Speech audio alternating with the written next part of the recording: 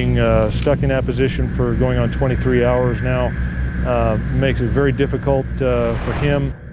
On the 24th of November 2009, John Jones, a 26-year-old medical student and devout family man, was back home in Utah with his pregnant wife and their young daughter for the holidays. During the stay, he and a group of 10 other friends and family members arranged a trip down to the Nutty Putty Cave system.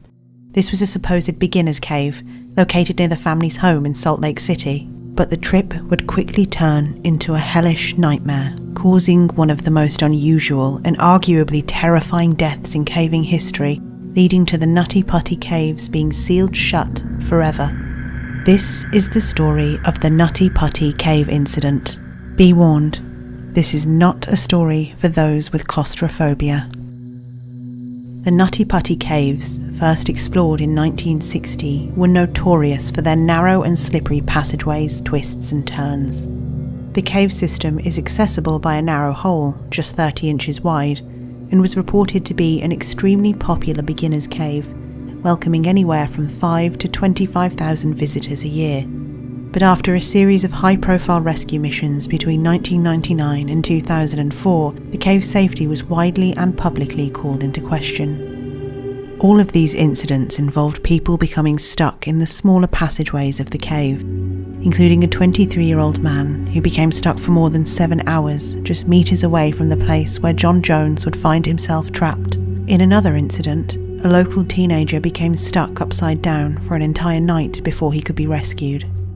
Because of these high-profile incidents, on May 2006, the Nutty Putty Cave entrance was gated and inaccessible, and for several years, local cavers, or spelunkers as they're known in the US, would battle local authorities who were threatening to close the cave for good. Officials stated that the caving system was a ticking time bomb, and that it was only a matter of time before somebody was killed. But local spelunking groups argued that shutting the cave down would be unfair to serious cavers and that people should take more responsibility for their own safety. It's apparent from the comments and letters written into local papers that some people felt extremely passionate, even indignant, about its potential closure. One letter to Utah's oldest newspaper demonstrates this, reading, "I'm tired of the government deciding it knows what is best for us. Nutty Putty Cave has been a fun spot for me. Both of my sons now love going to that cave. I hope somebody can tell me how many people have been hurt or killed. I haven't heard of any. Possibly a sign telling of the risks involved should be placed by the cave so that we as Americans can decide for ourselves what is best." As the war waged on, finally, in September 2007, the caves were officially closed to the public, while a new volunteer management team was put in place. This was a last-ditch attempt to prevent the cave's complete and permanent closure. And then, finally, in March 2009, the Nutty Putty Caves reopened, with a brand new cave management plan. The new plan enforced a process which required would-be spelunkers to apply for a permit 21 days before their visit, and agree to follow certain safeguarding procedures, such as having a minimum of 2 people per visiting group that were, and I quote, experienced cavers.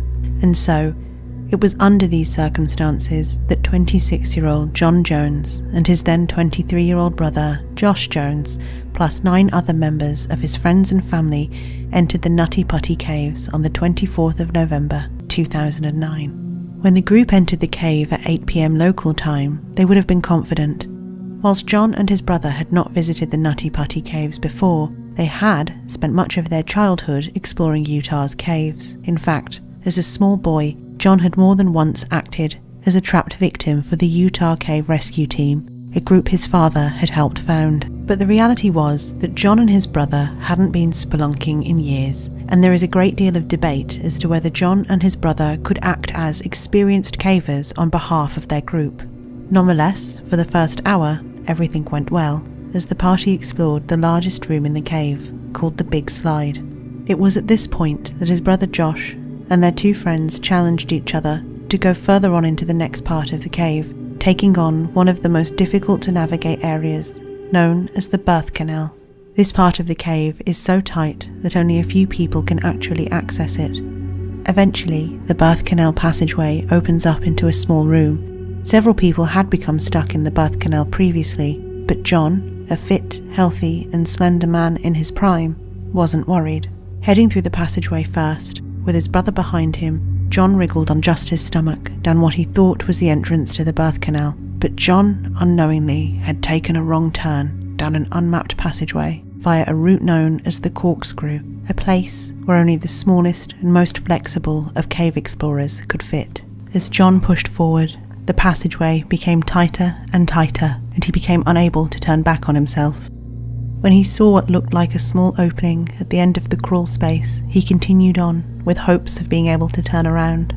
Unfortunately, this is where things took a turn for the worse, because John was crawling head first into a 10 by 18 inch fissure that dropped straight down. Worse still, John had sucked in his chest to slide past a lip of rock to get into the fissure, meaning that when his chest expanded again, he became completely trapped in an area the size of a small, front-loading washing machine. John made several attempts to free himself. It was no use. It was at this point that he began calling for his brother. When Josh finally found John, for a split second, he thought that this would be a silly story to tell later on that evening, but as he examined the situation more closely, dread settled in. Josh made several desperate attempts to free his brother, but none of them worked. In fact, he had made the situation worse. John had slid further down into the passage and was now completely upside down, with both of his arms pinned to his side, unable to move at all. It was at this point that the two brothers realized that they needed help. Josh alerted the rest of the group and left a friend to stay with John as he rushed out of the cave system to a nearby hill to get reception and call 911. Knowing help was on the way, he went back down into the cave where his brother was still pinned upside down. It would be 3 hours before help would arrive. At 12:30 a.m, the first rescuer arrived on the scene. It was Susie Matola, a local volunteer who immediately rushed to the scene when she received a message on her pager. Right away, Susie realized that John's predicament was much, much worse than she had thought. She knew she had to keep John calm, and so she greeted him and told him that he'd be out in no time, and not to worry, to which John replied, "Hi Susie, thank you for coming, but I really, really want to get out." Susie tried absolutely everything she could think of to pull John out, including cutting off part of his jeans to free up some space, but after 2 hours, Susie was exhausted and unsuccessful. She was forced to crawl back up to the surface where, at this point, both his wife and his daughter and around 30 rescuers had arrived on the scene. There, a very concerned but calm group were brainstorming plan after plan. They discussed everything, from breaking John's legs to lubricating the walls with several gallons of oil.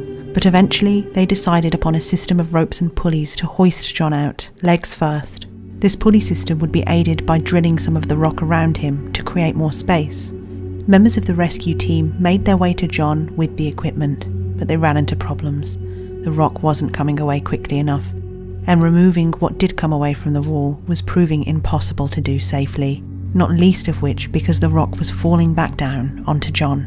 Back at the surface, the rescue team, now in their hundreds, were all becoming increasingly concerned. Things were moving slowly. Each trip to pass a piece of gear to John's location, 700 feet deep within the cave, took an hour, and only one person could ascend or descend down the passageway at a time. To make matters worse, when rescuers told on-site trauma surgeon Doug Murdoch that John was upside down, Doug made the team aware that this likely meant that John would only have 10 hours before his organs would fail. The human body is designed to be upright. The heart works with the force of gravity, and if it can't, blood and fluids quickly begin to pool in the brain and lungs, and eventually it becomes extremely difficult to breathe. On top of this, the heart begins to work overtime, and it becomes increasingly difficult to pump blood around the body, which can lead to cardiac arrest. This was something Susie noticed within the first hour of working to free John, a distinct rattling noise coming from his chest, a clear sign that fluid was pooling in John's lungs. He was already starting to asphyxiate. The rescue team decided that the immediate goal should be to get John out of his dangerous position to alleviate the pressure on his lungs. The team got to work immediately to install the first system of ropes and pulleys, but they quickly ran into several problems. John's legs and feet couldn't bend back around the curve of the shaft he had slipped into. On top of this, the lip of rock that he had breathed in to slip past was catching on his chest, It was, as one official put it, the worst possible place to be stuck. Nonetheless, the team managed to hoist him up enough to elevate his position slightly and administer IV. Unfortunately, just moments later, this first pulley system failed, and John slid back down into his original spot. At this point, John was swinging in between a state of calm and panic, and so a decision was made to bring a two-way cable radio into the cave so that John could speak with his wife. The conversation was tense, but it did serve to keep him calm enough for the next system of ropes and pulleys to be installed. Finally, after 19 hours, a team of 8 were ready to pull. But there was a problem. Each pull was agonizing for John, and the team had to pause several times to avoid breaking his legs. And then, a glimmer of hope. On the third pull, John was lifted up high enough to make eye contact with his rescuer, who later commented that his eyes were red, his face was dirty, but that he seemed fine otherwise. When the rescuer asked him how he was, John said, "It sucks. I'm upside down. I can't believe I'm upside down. My legs are killing me." The rescuer saw that even though John was complaining, he had a smile on his face. And then, on what was to be the fourth pull, disaster struck. That they have a raising system that was helping to hold him in position. One of the devices as part of that system failed, and Mr. Jones actually ended up falling back into the area where he had been stuck for so long. The system had failed. The entire team fell backwards. When the team regained composure, they realized that the worst thing imaginable had happened. A bolt that was drilled into one of the cave's walls had come out, causing part of the cave to crumble. This had hit the lead rescuer in the face, causing him to momentarily black out. And, worst of all, John had slid back down into the crevice and had now become completely unresponsive. With the rescuer closest to John now needing medical attention, a second lead rescuer took his place. Satisfied that John was, in fact, still breathing, in a state of desperation, the new rescuer somehow managed to slip a rope around John's waist. But he himself became stuck and needed help from other members of the team, sustaining multiple injuries in the process. A third lead rescuer made a last-ditch attempt to free John by desperately drilling away the rock around him, but it was no use. The entire team was exhausted. John was barely breathing and was still unresponsive. He had gone into cardiac arrest, and tragically, there was nothing anyone could do. It was at this point that John's wife Emily was informed of the situation. John was technically alive, but unconscious. In her desperation, she believed that he could still survive the ordeal and continue to radio down. In one of her final communications with John, she said, "I know you've been pushing so hard for so long. Why don't you rest for a minute and take a break, and then you can push again?" At this point, whilst they couldn't officially confirm it, rescuers suspected the worst. And so, a brave paramedic was sent down to take a pulse, confirming what everyone had suspected. At 11:56 p.m. on the 25th of November 2009, John Edward Jones was pronounced dead, 28 hours after he had initially become stuck. Emily was initially in complete disbelief. She refused to believe that her husband could die from such a simple mistake and did not accept that a pulse taken from the leg could indicate that he was dead. Eventually, officials managed to calm her down, agreeing that they would do everything in their power to remove her husband's body from the cave.